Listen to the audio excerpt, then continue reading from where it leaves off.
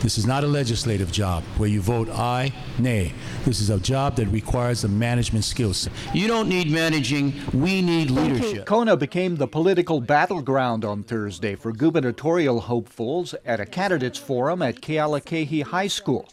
Before the main event, though, Democratic Party frontrunners Neil Abercrombie and Mufi Hanneman squared off in a Kealakekee social studies classroom during a meeting with members of the Hawaii Island Healthcare Alliance. With healthcare on the Big Island facing critical challenges, the small forum was a chance for hospital administrators and doctors to express their concerns to the candidates. The concerns that we have before us, one of the first ones is just the health disparities, the lower life expectancy that we have and poor health on Hawaii Island. The two candidates curbed their aggressive campaign rhetoric for an hour in order to listen to hospital executives before offering their own thoughts. A flip of the coin determined who would start first. Heads or tails, and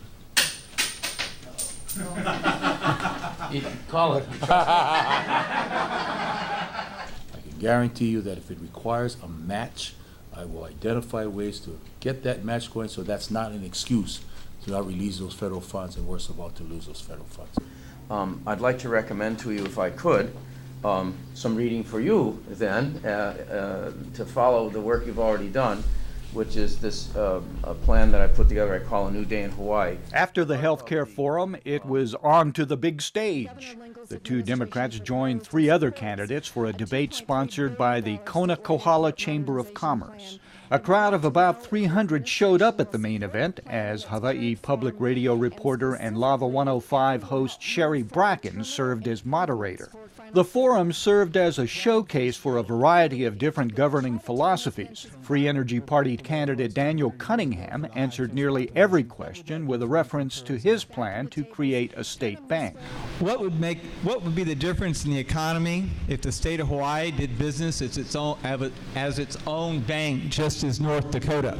And a floating city. What if we built a floating city for an unlimited population of people? Nonpartisan candidate Tony Clape said Hawaii needs to rely less on tourism. While we are dependent on tourism, it's not a good idea to stay dependent on tourism, for the next half century. It's an option for most people to come here. It's not a necessity. And the sole Republican at the forum, John Carroll, wants to repeal the Jones Act. I will bring a class action on behalf of the people of this state to eliminate the Jones Act restrictions so that we have shipping in and out of this state that makes sense. Republican frontrunner and Lieutenant Governor Duke Iona was not present at the event. All five candidates said they would not seek to raise the general excise tax, and they all stated their positions on the controversial civil unions bill. Personally, I am against same-sex marriage. I have a personal thing that happened to me in my youth, and I'm not going to share that with anybody, but that is basically my internal feeling. I continue to believe that marriage should be upheld between a man and a woman. I believe in the sanctity of that relationship and have always supported that. However, I'm willing to roll up my sleeves if I'm elected governor and work with everyone, all sides of the issue, to come up with a bill that talks about benefits, that stresses benefits for couples, whether they're in a same-sex relationship or not. That a governor does not pick and choose between his or her constituents in terms of whether it's popular or not. You defend the civil rights of all people, and most particularly in Hawaii. You defend civil rights because our diversity defines us rather than divides us. Some more clearly than others. I don't think the next governor should be setting out a position on civil unions when the case is before the jurists. But I think the best solution is to look at solving the tax problem in the first place, and there wouldn't be an argument. As expected, Hanneman and Abercrombie traded political barbs. So I don't see any reason why people have to leave the Kona coast and go to Oahu and work on an imaginary rail system. There's plenty of work to do right here on the Kona coast. For the fact that when I lived in Kau, I created something there with the hardworking people of Kau, and I see them here tonight, called the Punaluu Sweetbread Bake Shop and Visitor Center. And that's why that streetbread is tall and long rather than short and round. But the candidates were unified on high-profile Kona-related topics, like the situation at Honokohau Harbor.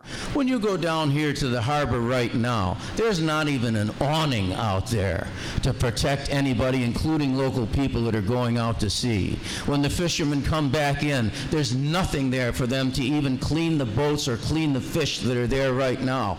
There isn't anybody in this room would go into the restrooms down there or think that they were safe or take anybody who's visiting down there. I think it's very important that we do some massive overhauling of the management of the DLNR. There's a lot of widespread discontent. This is not maligning anyone that is there, but I think the political appointees need to carry the philosophy that our harbors and our parks are very, very important, because you don't care at the end of the day whether it's a state park or a county park. You want it maintained, you want it preserved, you want it to be available to all.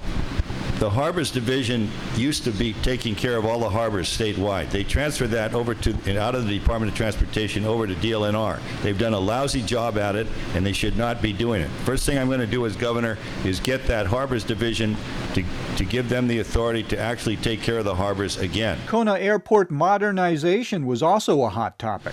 You were supposed to get $100 million of the $700 million in funds for Neighbor Island Airport's modernization. The first $650 million was released last year, but it was used for Oahu modernization and paying modern debt service. It will not happen under my watch. You need the airport here. Is it serving the interests of the people of the Big Island of Hawaii? Does it meet the necessary standards, and then you act accordingly? So, are you going to support the existing plan? To the degree that the existing plan meets the goals and standards that are required, of course you do. Another forum is scheduled for the same location on October 14th after the primary election.